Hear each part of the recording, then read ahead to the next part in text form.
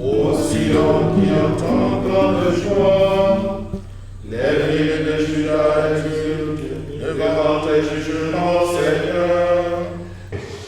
Dans ce contexte ivoirien, où l'identité est instrumentalisée, l'identité chrétienne doit transcender les appartenances communautaires. Ainsi, le chrétien doit aller vers les autres, quelle que soit leur religion ou leur parti politique, sans jugement. C'est ainsi qu'il leur enseignera ce que le Christ a prescrit. Dans l'exercice de sa mission, le chrétien doit être un homme de communion, un témoin d'unité, un artisan de réconciliation. Son attitude, ses choix pastoraux, son langage doivent refléter l'universalité de l'Église. Il est donc essentiel pour que la pastorale paroissiale valorise donc la diversité culturelle. Cela peut se traduire par une liturgie inclusive, la reconnaissance des langues locales, la promotion d'une spiritualité enracinée dans les valeurs de résidence de la paroisse. En somme, le chrétien doit veiller à ce que la paroisse ne devienne pas un espace d'exclusion, mais une maison pour tous.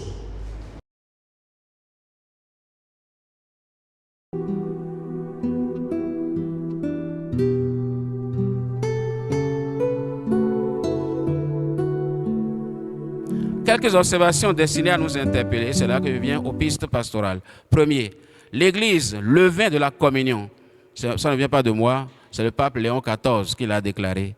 L'Église est missionnaire, elle est née du côté du Christ ressuscité, c'est une Église de coopération.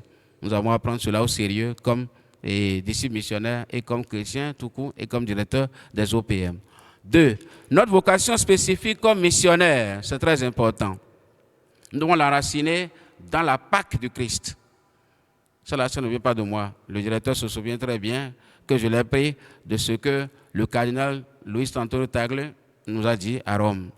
Il faut l'enraciner, toute mission doit s'enraciner dans le temps pascal. Nous devons aussi prendre comme modèle les apôtres. Pierre, nous savons comment la déclaration d'amour, si vous voulez, la triple déclaration d'amour, Seigneur, tu sais que je t'aime, répond et vient corriger le triple reniement. Paul, le persécuteur, l'avons dit, l'intrépidité de la parole de Dieu. Barnabé et Paul avec la mission. Ici, la mission est commune et appelle à la solidarité. C'est très important pour ce que nous sommes comme piste à explorer. Comment est-ce que nous vivons? Comment est-ce que la mission qui nous est commune devient affaire de solidarité entre nous, entre les églises? Est-ce que le directeur de Bondoukou, vous m'excusez beaucoup, et le directeur de Gagnoa s'échangent les expériences pastorales sur le terrain? Paul et Barnabé l'ont fait, cela va nous aider. Troisième point, nous devons aller visiter les enseignements du Concile Vatican II qui nous parlent de la mission. Que dit la mission? Parce qu'il faut aller toujours aux sources. C'est les pistes pastorales que je donne. 4. Identité missionnaire. Apprendre à connaître notre identité missionnaire et devenir visage, main et cœur d'une église qui promet la mission au niveau local et au niveau universel. Au point que nous soyons confondus à la mission du Christ en nous voyant notre visage, nos mains, nos cœurs, tout cela doit rythmer avec l'Église. 5. Conscient d'être un soldat du Christ en état de perpétuelle mission. Qu'est-ce qu'on dit pour le soldat? On dit que le soldat est en état comme pas souvent, d'état de guerre. Il attend toujours parce qu'il sait que son pays peut être attaqué. Nous devons être toujours en état de mission et de mission perpétuelle. 6. La certitude d'avoir une spiritualité missionnaire qui fait que la flamme du disciple-là doit briller en nous. 7. La référence aux origines des missions. Nous devons tout le temps replonger aux origines des missions. Qu'est-ce qui a amené aujourd'hui? La mission vient du Christ. Mais la forme que nous avons aujourd'hui des OPM nous vient des laïcs. Pauline Jaricot, qui s'est servi de ce qu'elle a entendu au niveau de son frère. Donc cela appelle, la référence d'origine appelle la co-responsabilité avec les missionnaires. Pauline Jaricot a entendu parler des missionnaires à travers son frère Phileas.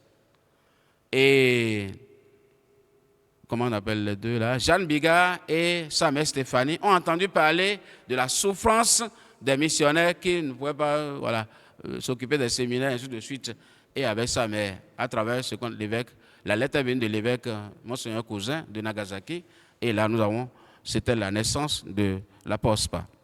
L'annonce de la bonne nouvelle, comme point 8, avec la solidarité dans le partage. Et 9, la pastorale des enfants, des jeunes et des familles. Ça les concerne. Là, Christus Vivit peut nous aider et Familiaris Consortio aussi peut nous aider. Conclusion. Je vais très vite parce que je vais donner 5 minutes à la sœur Micheline pour nous parler. Je vais vous laisser tout le laïus qui est là et vous dire. Il ressort que de tout ce que nous avons dit là, d'abord que notre mission est de redécouvrir notre vocation de croyants, celle de marcher ensemble, camminare insieme, éclairés par la lumière de l'Évangile, vers la plénitude de la vie de Dieu. Ensuite, comme de vrais pèlerins d'espérance en tant que baptisés, prêtres, religieux et laïcs, nous sommes appelés à des témoins de l'espérance pour les plus fragiles, les malades, les isolés, les pauvres. Enfin, notre mission dans les diocèses est d'être porteurs de l'amour du Christ, porteurs de l'espérance pour tous ceux qui nous entourent. En définitive, l'origine de toute animation missionnaire est communion avec Dieu.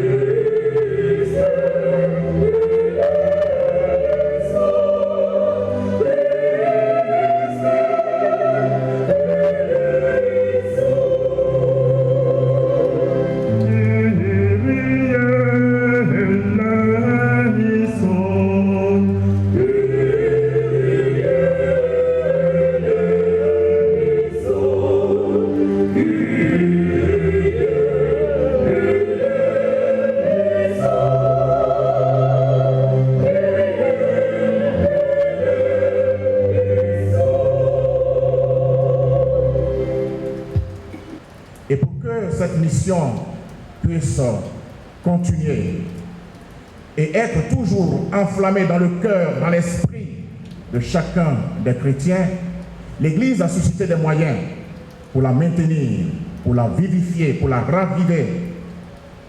Et l'un de ces moyens est, comme définissent les papes, le principal moyen de l'animation, de la mission et de l'éveil de conscience missionnaire dans le cœur de chacun des chrétiens que nous sommes.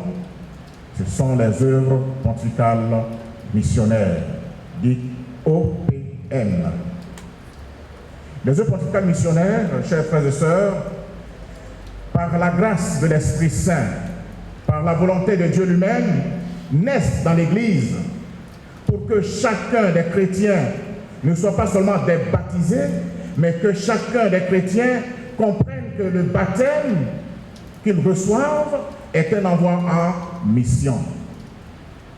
Et donc, depuis 1822, dans l'Église, naissent, je dirais, les œuvres pontificales missionnaires, à travers d'abord la première branche que nous appelons l'œuvre de la propagation de la foi.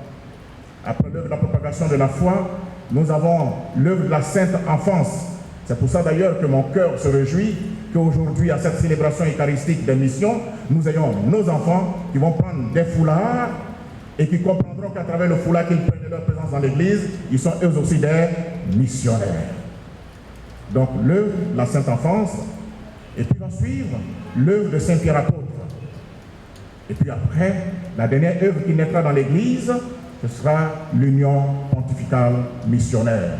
Chacune des 4 œuvres, chers frères et sœurs, dans l'Église, a un engagement particulier.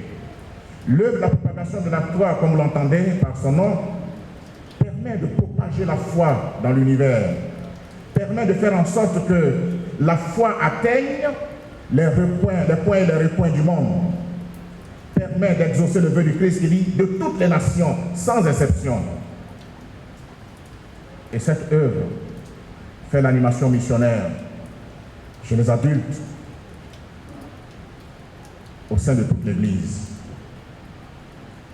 Elle a été fondée par une dame française qui a été béatifiée, qu'on appelle aujourd'hui Bienheureuse Pauline Jaricot. Et puis après, va naître l'œuvre de la Sainte Enfance, pour aider les enfants à prier pour les enfants, pour aider les enfants à aider leurs propres frères enfants, et avoir déjà, dès le jeune âge, la conscience missionnaire dans l'Église, dans leur quartier, dans leur famille et à l'école. Qu'ils comprennent qu'eux aussi sont choisis par le Père, le Fils et l'Esprit Saint pour être envoyés. Et donc, l'œuvre de cette enfance travaille auprès des enfants pour leur donner cette conscience missionnaire. Et puis, nous avons la troisième œuvre, OSPA, Saint-Pierre Apôtre, qui permet d'avoir des prêtres autochtones. C'est une fois, les prêtres venaient d'ailleurs, avec Saint-Pierre Apôtre, désormais, nous avons nos frères, nous avons nos fils, nous avons nos petits-fils qui peuvent entrer dans les séminaires et devenir prêtres. Et nous parler en Gouro, nous parler en Yakuba, nous parler en Bété, nous parler en Abidji, nous parler en Agni. Grâce, désormais, à l'œuvre de Saint-Pierre Apôtre. Puis l'Union pontificale missionnaire, la dernière œuvre, permet de continuer la formation permanente dans l'Église, de cet éveil de conscience missionnaire auprès des évêques, des prêtres, des religieux, religieuses, et auprès de l'ensemble des chrétiens qui veulent bien évidemment se former pour mieux connaître les mystères de l'Église et mieux vivre leur foi dans l'Église. Voici donc, chers frères et sœurs, les 4 œuvres qui composent les œuvres pontificales missionnaires et qui sont le principal animateur de l'éveil de la conscience missionnaire dans notre Église catholique.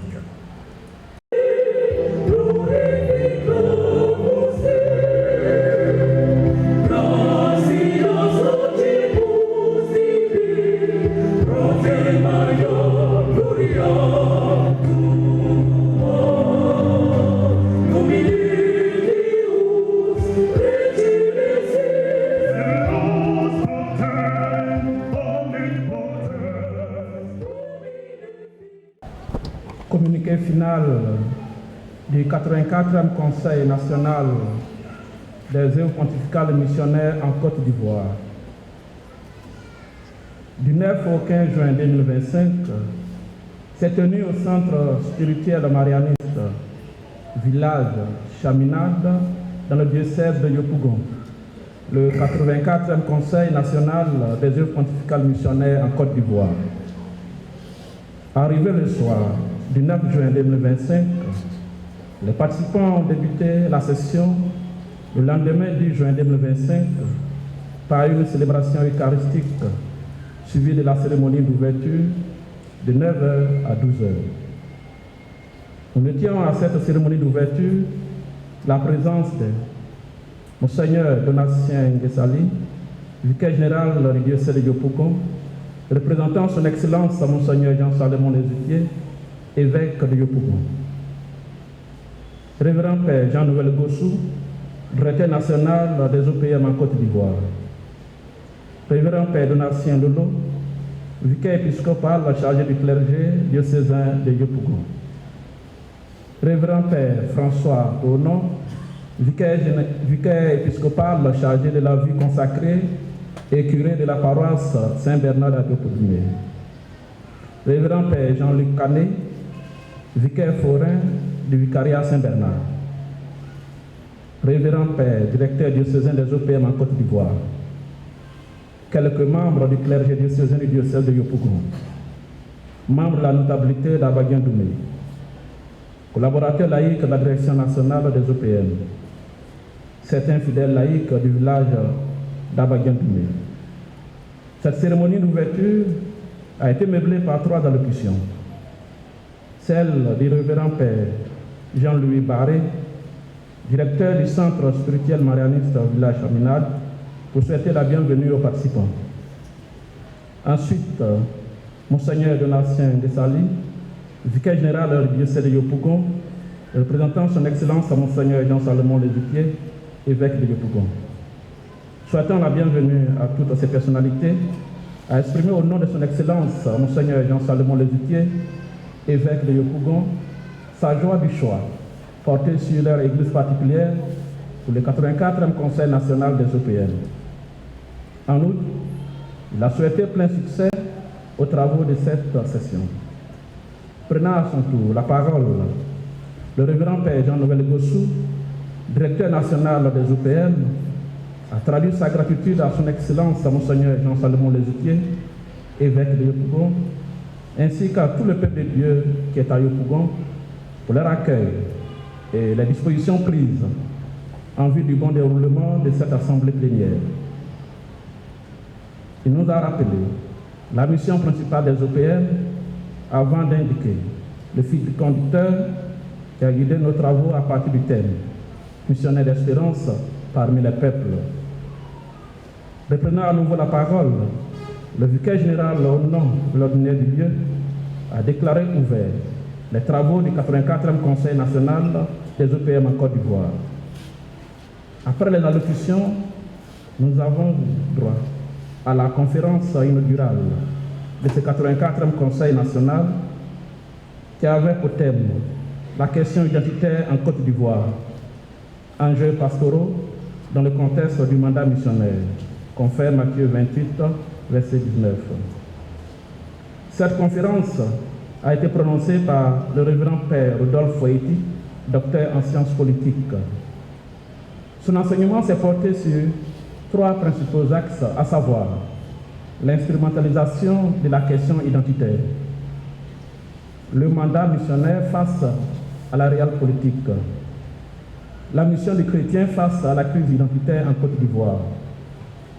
Du développement de ces 3 points, le Père Rodolphe nous a révélé que le chrétien qui a fait de la politique doit avoir le souci du bien commun et toujours le faire primer sur les intérêts partisans.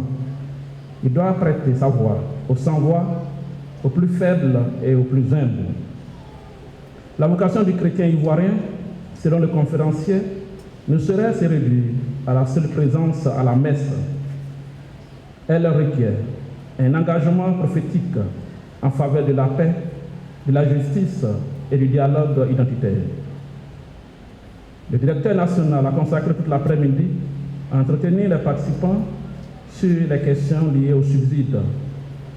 Au cours de la journée du 10 juin 2025, nous avons accueilli avec joie une délégation de la Direction nationale des OPM du Bénin, conduite par le révérend Père Cosmo Agumale, directeur national des OPM du Bénin. La matinée de la deuxième journée a été meublée par un enseignement sur le thème « Jubilé et mission. Quelle perspective pour le chrétien d'aujourd'hui » donné par le révérend Père Cosmo Agumale, directeur national des OPM du Bénin. En partant de la définition des notions de jubilé et mission, il ressort de l'exposé du conférencier ce qui suit.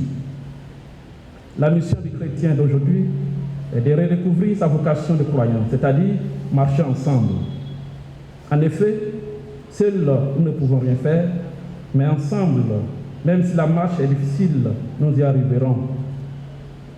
Dès lors, en tant que fidèles du Christ et vrais pèlerins d'espérance, nous sommes appelés à être témoins de l'espérance pour les plus fragiles, les malades, les isolés, les pauvres. Ainsi, devons-nous être les porteurs de l'amour du Christ, porteurs de l'espérance pour tous ceux qui nous entourent. La journée du jeudi 12 juin 2025 a été marquée par les travaux en Carrefour et la participation à la messe de requiem du révérend Père Joël Yapo du clergé diocésain de Yopougon. Le jour suivant, nous avons eu la mise en commun des travaux en atelier.